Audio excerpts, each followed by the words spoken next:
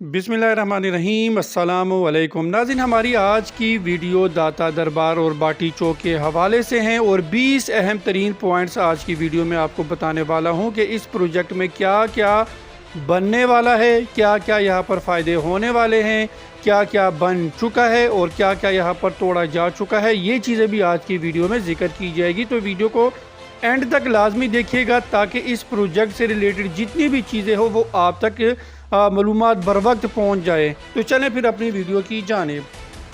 तो नाज़रीन, हम पहले नंबर पर इसके फ़ायदे जानते हैं और पहला जो पॉइंट है कि इस मंसूबे का पहला और सबसे अहम मरहला बाटी चौक की मुकम्मल रीमॉडलिंग है, जिसका मकसद पुराने अर्बन इंफ्रास्ट्रक्चर रीमॉडलिंग डिज़ाइन को ख़त्म करके एक मॉडर्न ट्रैफिक सिस्टम लाना है ताकि गाड़ियों के फंसने का जो मसला है वो मुस्तकिल बुनियादों पर हल हो सके और पूरे इलाके की कमर्शियल वैल्यू यानी रियल स्टेट वैल्यू में भी इजाफा हो। अब ये तो एक नंबर हो गया। दूसरे नंबर पर यह है कि ज़ायरीन की सहूलत के लिए दाता दरबार के सामने एक वसी एरिया यानी पब्लिक स्पेस डेवलपमेंट तैयार किया जा रहा है, जिसका बड़ा फ़ायदा ये होगा कि हज़ारों ज़ायरीन को एक पुरसकून और साफ़ सुथरा माहौल मिलेगा जो इंटरनेशनल स्टैंडर्ड के मुताबिक डिज़ाइन किया गया है ताकि यहाँ आने वाले टूरिस्ट को बेहतरीन सहूलियात मिले। और ये जो पब्लिक स्पेस डेवलपमेंट जो स्पेस बनाई जा रही है ज़ायरीन के लिए, ये दाता दरबार का जो फ्रंट एरिया है यानी दाता साहब के सामने जो सड़कें दो होती थी आने और जाने के लिए, ये उस जगह के ऊपर इसको बनाया जा रहा है। तो तीसरे नंबर पर कि पूरे पेडिस्ट्रियन जोन्स और पुरानी इमारतों की आर्किटेक्चरल फसाड अपलिफ्टिंग की जाएगी और इस तज़ीनो आराई से न सिर्फ तारीखी इमारतों की उम्र बढ़ेगी बल्कि ये पूरा इलाका एक मॉडर्न यूरोपियन सिटी का मंजर भी पेश करेगा, जिससे लोकल बिजनेस और प्रॉपर्टी की कीमतें भी बढ़ेगी। यानी जितने भी यहाँ पर बिल्डिंग दाता दरबार बाटी चौक में है उसको एक खूबसूरत तरीके से सजाया जाएगा। 4 नंबर पर बात करें तो दाता दरबार का जो थाना होता था यानी जो पुलिस स्टेशन होता था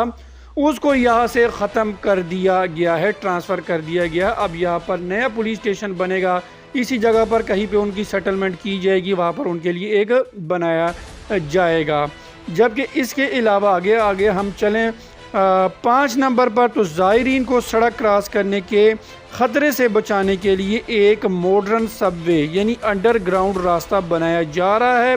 जो बराह रास्त दाता दरबार को लिंक करेगा, जिससे ट्रैफिक के हादसात का ख़तरा सिफर हो जाएगा और पैदल चलने वालों को एक महफूज रास्ता भी मैसर आएगा। ये जहाँ पर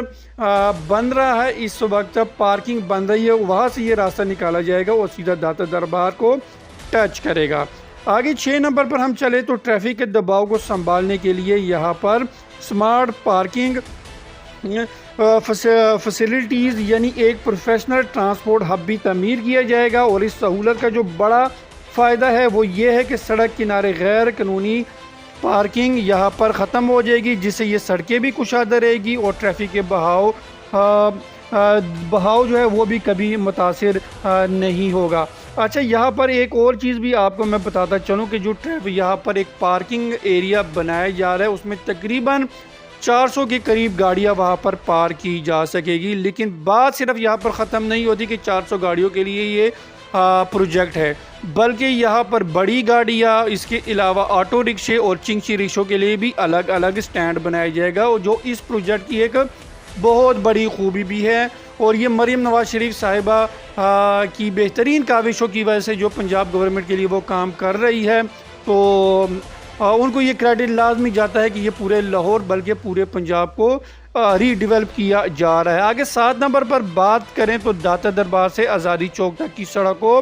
हाईवे रिहेबिलिटेशन स्टैंडर्ड के बैनुल अक़वामी उसूलों के मुताबिक दोबारा तैयार किया जा रहा है और इस हाई क्वालिटी रोड कंस्ट्रक्शन से गाड़ियों की मेंटेनेंस के अखराजात भी कम होंगे और मुसाफिरों का जो कीमती वक्त है वो भी बचेगा, जो इस पूरे रूट को एक मॉडल रोड बना देगा। 8 नंबर पर बात करें तो ट्रैफिक की भीड़ को कंट्रोल करने के लिए मोनी रोड पर स्ट्रेटेजिक रोड वाइडनिंग प्रोजेक्ट शुरू किया गया है और सड़क को चौड़ा करने से न सिर्फ इस इलाके की ट्रैफिक लॉजिस्टिक बेहतर होंगे बल्कि इमरजेंसी सूरत हाल में एम्बुलेंस और दीगर गाड़ियों के लिए रास्ता साफ रहेगा, जो कि इंसानी ज़िंदगी बचाने के लिए भी बहुत ज़्यादा अहम है। آگے بات کریں 9 نمبر کی، تو پورے علاقے کی خوبصورتی کے لیے سسٹینیبل لینڈسکیپ آرکیٹیکچر کا سہارا لیا جا رہا ہے، جس میں جدید سٹریٹ لائٹس اور گرین ایریا بھی شامل ہے، اور یہ گرین بیلٹس اور جدید لائٹنگ سسٹم نہ صرف علاقے کی رونق بڑھائیں گے بلکہ رات کے وقت سیکورٹی کے احساس کو بھی بہتر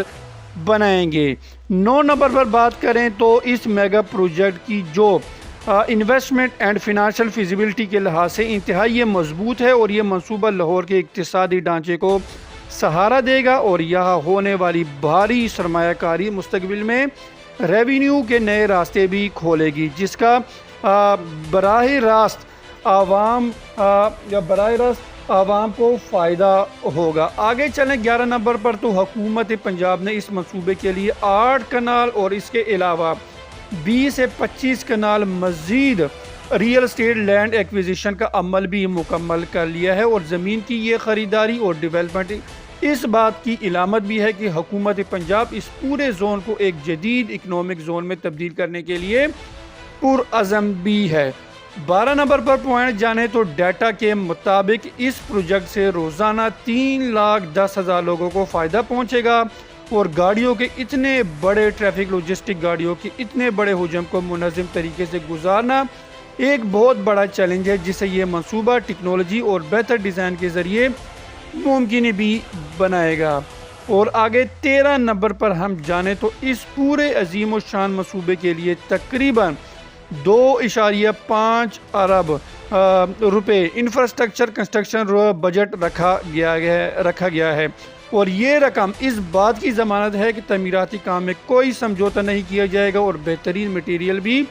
یہاں پر استعمال کیا جائے گا۔ 14 نمبر پر ہم جانیں تو اس باری سرمایہ کاری کا اصل مقصد شہر کے مصروف ترین حصے میں stream line traffic flow management کو یقینی بھی بنانا ہے کہ یہاں پر ٹریفک بغیر کسی رکاوٹ کے چلے گی، تو فضائی آلودگی میں کمی بھی آئے گی اور شہریوں کی ذہنی تکن میں بھی واضح کمی محسوس کی جائے گی۔ 15 نمبر پر جانے تو حکومت پنجاب شہریوں کو عالمی معیار کی پیڈسٹرین موبیلٹی سلوشن بھی فراہم کر رہی ہے، تاکہ پیدل چلنے والے معذور افراد اور بوڑھوں کے لیے بھی خصوصی راستے ہو، جس سے یہ منصوبہ ایک انسانی ہمدردی کا حامل پروجیکٹ بھی بن جائے گا۔ 16 نمبر پر جانے تو دربار کے گرد و نواح میں اربن ایستھیٹکس امپروومنٹ سے سیاحت کو فروغ بھی ملے گا، اور جب علاقہ خوبصورت ہوگا تو دنیا بھر سے آنے والے زائرین لاہور کا ایک مثبت امیج لے کر بھی جائیں گے، جو کہ انٹرنیشنل لیول پر پاکستان کے وقار میں بھی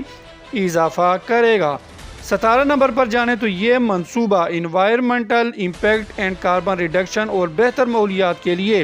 ایک بہت بڑا قدم بھی ثابت ہوگا۔ دھوئیں اور شور کی آلودگی میں کمی سے یہاں کی فضا صاف ہوگی، جو کہ اسموک جیسے بڑے مسائل سے نمٹنے کے لیے